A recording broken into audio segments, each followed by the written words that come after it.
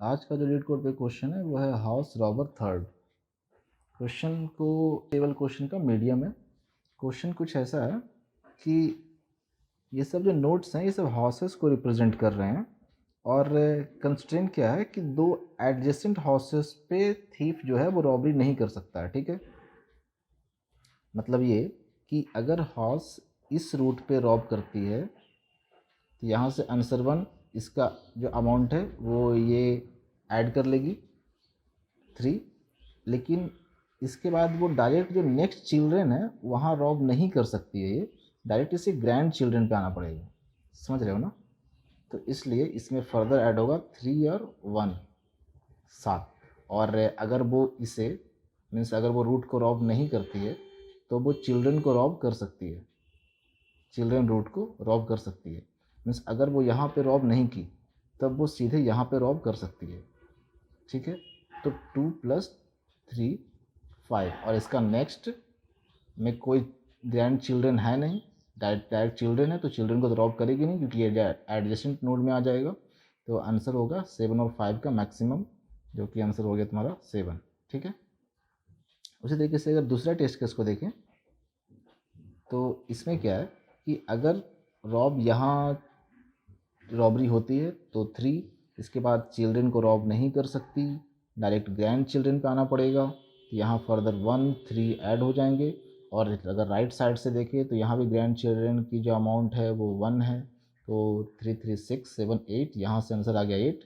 But in case अगर ये answer 1 हो गया, बट इन केस अगर ये रूट को रॉब नहीं करती है, ये चिल्ड्रन को रॉब कर सकती है, तो यहाँ 4 + 5 9, तो ये दोनों का मैक्सिमम आंसर हो गया 9। ठीक है, इसके अब इसी को कोड के थ्रू समझते हैं। कोड में क्या है, अगर रूट नल है देन डायरेक्ट रिटर्न 0।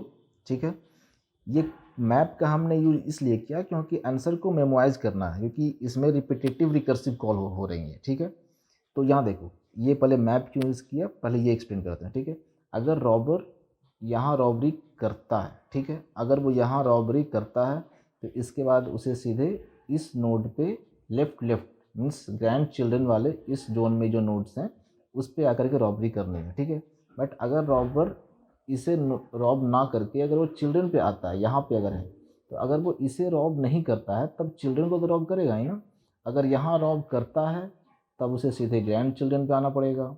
बट अगर वो यहाँ रॉब ना करके यहाँ आता है और यहाँ भी अगर वो रॉब नहीं करता है तो फिर वो यहाँ रॉब करेगा।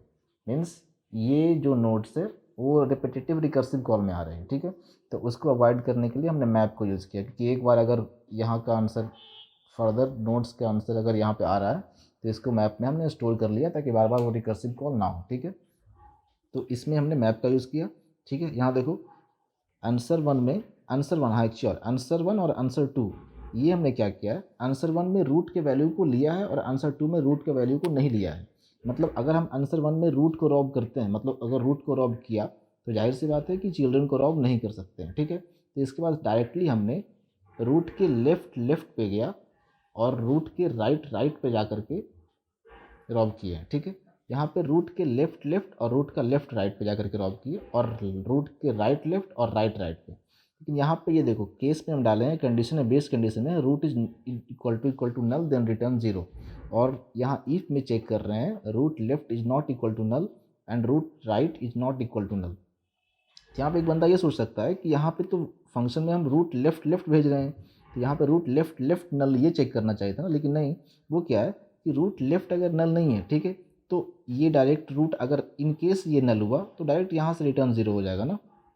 अगर ये सब नल होता है तो डायरेक्ट ये 0 रिटर्न करके दे देगा। ठीक है, इसलिए हमने रूट लेफ्ट लेफ्ट पे कॉल किया, क्योंकि लेफ्ट पे तो कॉल डायरेक्ट कर नहीं सकते हैं रूट लेफ्ट पे, क्योंकि ये तो चिल्ड्रन आ जाएगा यहाँ पे। ग्रैंड चिल्ड्रन पे जाने के लिए रूट लेफ्ट लेफ्ट पे कॉल किया और रूट लेफ्ट राइट और root right left means root left left root left right root right right और रूट राइट लेफ्ट। ठीक है, इस पर कॉल किया, इस जोन को कंप्लीट डिस्कार्ड करना पड़ा हमें। क्यों भाई, क्योंकि हमने रूट को रॉब किया था आंसर वन को कैलकुलेट करने में। ठीक है, उसी तरीके से आंसर टू में क्या किया, आंसर टू में क्या किया, इसे रॉब किए बगैर डायरेक्ट हमने हमने रॉब को मीन्स इस फंक्शन को कॉल कर दिया लेफ्ट के लिए और राइट के लिए। तो ये फर्दर उसी तरीके से अप्रोच पे काम करेगा कि अगर ये रॉब होता है तो चिल्ड्रन को रॉब नहीं करेगा, सीधे ग्रैंड चिल्ड्रन को रॉब करेगा। तो ग्रैंड चिल्ड्रन को रॉब करेगा तो फर्दर उसी सेम फंक्शन मेरा इसका भी आंसर ला करके दे देगा। तो उसे हम आंसर 2 में स्टोर करेंगे। रॉब को भेज दिए रूट लेफ्ट पे और रॉब फंक्शन को कॉल कर दिए रूट राइट पे। ठीक है, अब आंसर आएगा रूट आंसर 1 और आंसर 2 का मैक्सिमम वैल्यू। फिर हम यहाँ पे मैप को अपडेट कर दिए और आंसर को रिटर्न कर दिए। ये हुआ अप्रोच 1। ठीक है, इसमें हमने क्या किया, टाइम कॉम्प्लेक्सिटी तो ठीक है बिग ऑफ एन है, और बट ऑक्सिलरी स्पेस जो है इसमें एक्स्ट्रा स्पेस वो भी बिग ऑफ एन, मैप का यूज़ किया ना, तो यहाँ auxiliary space big of N use हुआ। तो इसको हम एक तरीके से और सॉल्व कर सकते हैं पेयर का यूज़ करके। जो सेकेंड अप्रोच है इसमें हमने पेयर का यूज़ किया है। ठीक है, पेयर में जो है आंसर 1 जो है, आंसर 1 और आंसर 2, आंसर 1 जो है यहाँ रूट इंक्लूडेड है और आंसर 2 में रूट इंक्लूडेड नहीं है। मतलब समझ रहे हो ना, जैसे मान लो ये लेफ्ट ला करके दिया हमको पेयर में a कॉमा बी और राइट से हमें आया x कॉमा जेड। ठीक है, लिए आंसर 1 को कैलकुलेट करने के लिए आंसर 1 में रूट इंक्लूडेड है। ठीक है, तो इसमें हम 3 को भी ऐड करेंगे प्लस बी प्लस जेड। ठीक है, और आंसर 2 को कैलकुलेट करने के लिए आंसर 2 को मतलब अगर इसको इंक्लूड ना करें, अगर इसको इंक्लूड नहीं करते हैं तब max of a comma B plus max of x comma Z. समझ रहे हो ना, इसमें रूट इंक्लूडेड है और इसमें रूट इंक्लूडेड नहीं है। तो अगर लेफ्ट से आंसर आती है a कॉमा बी मतलब a में रूट इंक्लूडेड है और b में रूट इंक्लूडेड नहीं है।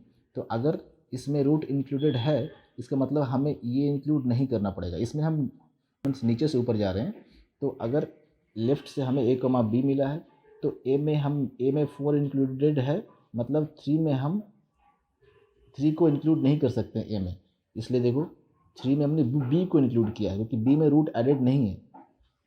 b में फर्स्ट पेयर में फर्स्ट में रूट इंक्लूडेड है और सेकंड वाले पेयर में रूट इंक्लूडेड नहीं है। तो हमने जिसमें रूट को इंक्लूड करना है उसमें हमने आंसर 2 यानी b को ऐड किया है और z को ऐड किया है, और सेकंड वाले पेयर को कैलकुलेट करने के लिए direct max of a comma b और max of x comma z use किया है। यहाँ देखो कोड में देखो लेफ्ट राइट, हमने इस फंक्शन को लेफ्ट और राइट पे कॉल कर दिया, और आंसर 1 को कैलकुलेट करने के लिए लेफ्ट से सेकेंड और राइट से सेकेंड, क्योंकि सेकेंड वाले वैल्यू में रूट इंक्लूडेड नहीं है, और फिर आखिरी में रूट को भी ऐड कर दिया, करेंट रूट को, मीन्स ये करेंट रूट, मतलब ये करेंट रूट हुआ लेफ्ट और राइट से जो वैल्यू हमें आ रहा है लेफ्ट के सेकंड में, इसके सेकंड में a कॉमा बी और x कॉमा जेड।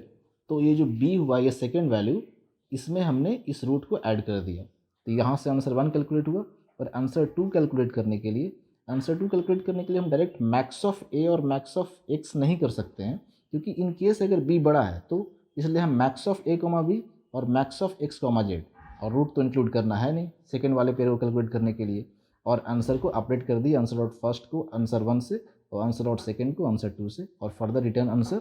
और आंसर रिटर्न करने के बाद यहाँ भी मान लो a कॉमा बी है, यहाँ भी ये दोनों का मैक्स रिटर्न करना है ना, कि 3 को इंक्लूड करके a है और 3 को इंक्लूड नहीं करके आंसर b है, ये दोनों का मैक्सिमम अमाउंट हमें रॉब करना है। तो max of further a comma B, ये अप्रोच सिंपल है और ये बेस्ट भी है, क्योंकि यहाँ time complexity big of n हो गया और ऑक्सिलरी स्पेस तुम्हारा बिग ऑफ 1 हो गया।